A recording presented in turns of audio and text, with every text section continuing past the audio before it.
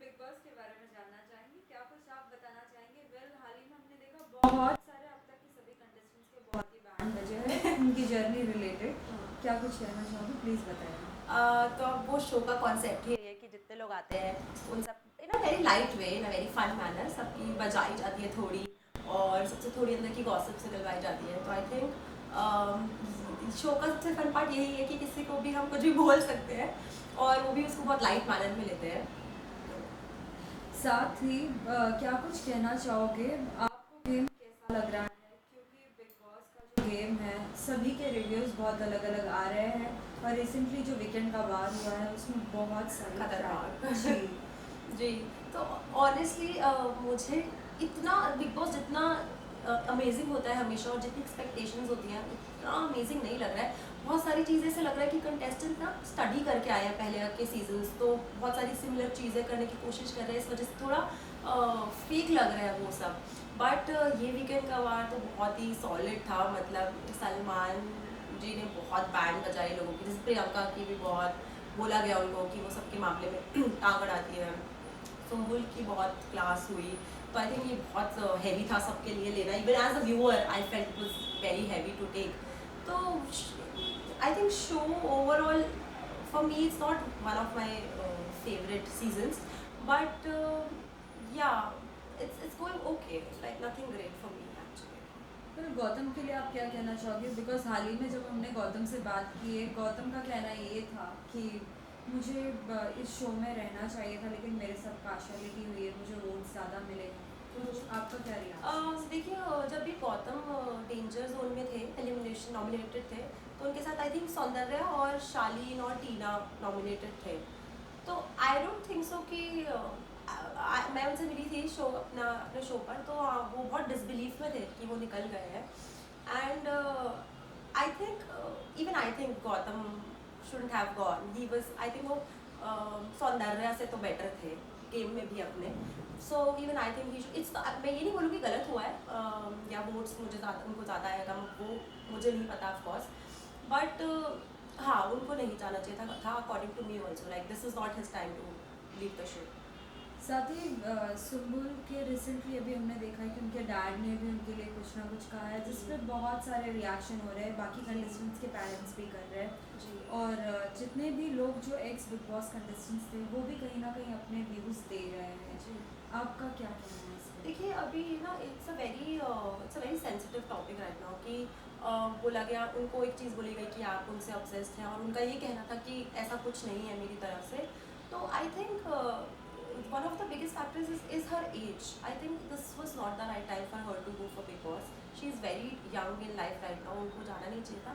मैं ये नहीं बोलूँगी कि वो गलत कर रही हैं, या वो कुछ लोग होते हैं जो अपना अफेक्शन और केयर इस तरीके से जताते हैं सामने वाले के लिए।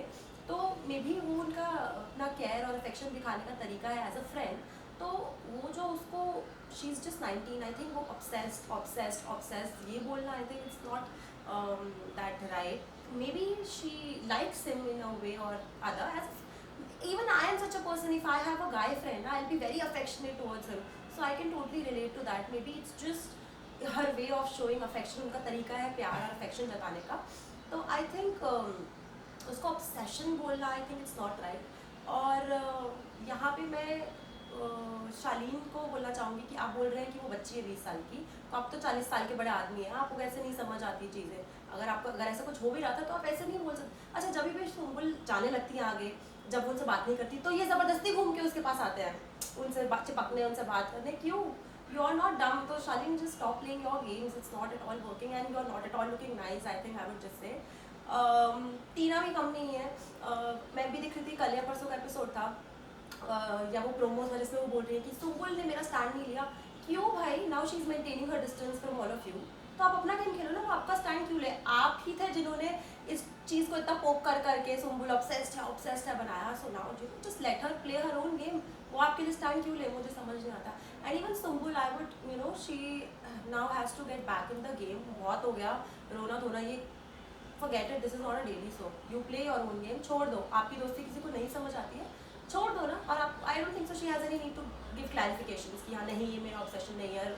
It's okay, let everyone think whatever they want to think, you just play your own game. Right. As well as आपके किरदार के बारे में क्या कहना चाहेंगी? कितने लोगों के कमेंट्स पढ़ रहे हैं आप और क्या कुछ उनको रिवर्ट बैक कर रही है? बिग बस पे तो जी। मेरा एक नया कैरेक्टर इंट्रोड्यूस हुआ है जिसका नाम है बिमला, जो कि बिहार से आई है और कृष्णा की साफ सफाई करने वाली है।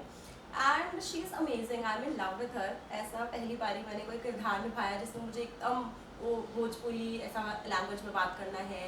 तो for me it was something very new, but since जो मैं पहले कैरेक्टर करती थी और जो ये नया कैरेक्टर है, तो जो मैं ऑडियंस के जो भी रिव्यूज़ पढ़ रही हूँ, I think this is something which they are liking more. तो क्योंकि उन्होंने कभी मुझे करते हुए देखा भी नहीं है और ये ना शी इज़ वेरी फन, कुछ भी बोल देती है, कृष्णा को भी कुछ भी बोल देती है। I think it's amazing doing Vimla, it's something very new और बहुत सारी इसमें चीज़ें करने के लिए हैं आगे आगे भी जो हम प्लान कर रहे हैं। फिर साथ ही बिग बॉस में राखी भी आई थी और हाँ साथ ही अर्शी खान भी आई जी। थी। कैसा रहा उनके साथ एक्सपीरियंस? राखी के साथ तो हमेशा ही अच्छा ही रहता है, शी इज़ वेरी फन। उनसे मतलब उनको वो ये बोलने की ज़रूरत नहीं पड़ती कि आप ये क्यों नहीं बोल रहे हो, ये क्यों नहीं बोल रहे हो, वो सब कुछ बोल देती है। उनसे बोलना पड़ता है आप ये मत बोलो, आप ये मत बोलो। So shooting with Rakhi is always fun और अर्शी को भी मैं आई नेवर मेट हर, पहली बारी मैं सेट पर हुई थी, तो it was nice. Well Arshi की वो डायलॉग्स आपने क्या उसमें लिया था या नहीं कि आवाम देख रहा है? हमेशा से हमने बिग बॉस में अर्शी के डायलॉग। हाँ मतलब अर्शी का ये डाला, आई थिंक इट्स प्रेटी, मैंने तो नहीं बोला था, बट हाँ आई एम श्योर कृष्णा या किसी ने तो बोला ही होगा। तो काफ़ी फेमस है उनका ये डायलॉग, तो वो हो और वो डायलॉग ना बोला जाए ऐसा हो नहीं सकता, तो बोला ही गया होगा। वेल नेक्स्ट एलिमिनेशन के लिए क्या कुछ प्रिपरेशंस आपने की है? क्या कुछ धमाल देखने मिलने वाला है सब? ऑनेस्टली अभी हम लोग अच्छा, जो लोग ये बोलते हैं ना बिग बॉस स्क्रिप्टेड होता है, ये लोग पहले से डिसाइड करते हैं, तो मैं उन लोग को एक बात बता दूं कि हम जो शो का एक पार्ट है, मतलब जो एलिमिनेट होता है वो सबसे पहले हमारे पास आता है बिग बॉस पे। हम तक को एंड मोमेंट पे नहीं बताया जाता है कौन एलिमिनेट हो रहा है, तो it's not at all scripted. मतलब हमें भी जब एलिमिनेशन हो गए वहाँ चल रहा होता है, तो हमें बोला होता है आप रेडी रहो, कोई भी एलिमिनेट हो सकता है, और एंड मोमेंट तब हमारी स्क्रिप्ट लिखी जाती है तुरंत, जो आता है बंदा एलिमिनेट होकर उसके हिसाब से। तो ये ऐसा नहीं है कि स्क्रिप्टेड है, हमें पहले से पता होता है, तो एटलीस्ट हमें भी कुछ पता नहीं होता है, हम भी अनप्रिपेयर्ड सेट पे जाते हैं। जब वहाँ एलिमिनेशन अनाउंस होता है तो हमें यहाँ बताया जाता है कि ये एलिमिनेट हो गया है। फिर वहाँ तुरंत हमारे राइटर्स जो हैं, अमेजिंग राइटर, जो तुरंत तुरंत स्क्रिप्ट बनाते हैं और हम लोग उसे याद करते हैं और फिर परफॉर्म करते हैं। तो सब लोग हम हमारे शो से पहले हमेशा, एटलीस्ट मैं तो बहुत नर्वस होती हूँ क्योंकि पता नहीं है कौन आ जाए और कौन कितने ख़राब मूड में बेचारे। जैसे जब गौतम आए थे वो बहुत अपसेट थे, तो मुझे थोड़ा डर लग रहा था कि कुछ बोल देंगे तो बेचारा वो भड़क ना जाए या कुछ बोला जाए, but he was very supportive and all. तो ऐसा ही होता है, मतलब एंड मोमेंट प्रिपरेशंस होती है, so we also don't know what is going to happen and what to expect. फिर लास्टली ये जानना चाहेंगे, अगर सलमान सर आते हैं बिग बॉस में तो क्या कुछ कर सकते हो आप, कुछ अमेजिंग जिससे सभी लाइक बहुत ज़्यादा एंटरटेन? मैं तो अपने पूरे यूनिट को यही बोलती हूँ कि देखो, सलमान सलमान सर हमारे यहाँ आए ना आए, लेकिन हमें तो एक बार ही सलमान सर के वहाँ जाना बनता है, तो प्लीज़ हमें एक बार ही भेज दो। अब वो तो पता नहीं, वो तो चैनल का डिसीजन होता है जाते हैं कि नहीं, बट अगर जाते हैं ऑनेस्टली मुझे भी नहीं पता, because he has this aura जिनको देख के मुझे पता है मैं एकदम ऑस्ट्रा को जाऊँगी और मैं कुछ बोल ही नहीं पाऊँगी, तो इससे अच्छा कुछ प्लान करने की ज़रूरत ही, मतलब प्लान ही ना करूँ, वहाँ पे ही देखी जाएगी जो भी होगा। फिर lastly any message to the all the viewers? मैं अपने सभी दर्शकों को बोलूँगी कि ऐसे ही हमारा शो बिग बॉस देखते रहिए और उसे ढेर सारा प्यार दीजिए। And I am very glad कि आप लोग इतना पसंद कर रहे हो शो को। मुझे बहुत सारे कमेंट्स आते हैं मेरे सोशल मीडिया पे, तो इसी तरीके से आप हमें प्यार करते रहिए, हमें सपोर्ट करते रहिए और हम लोग आपको एंटरटेन करते रहिए। Thank you so thank much. You. Recently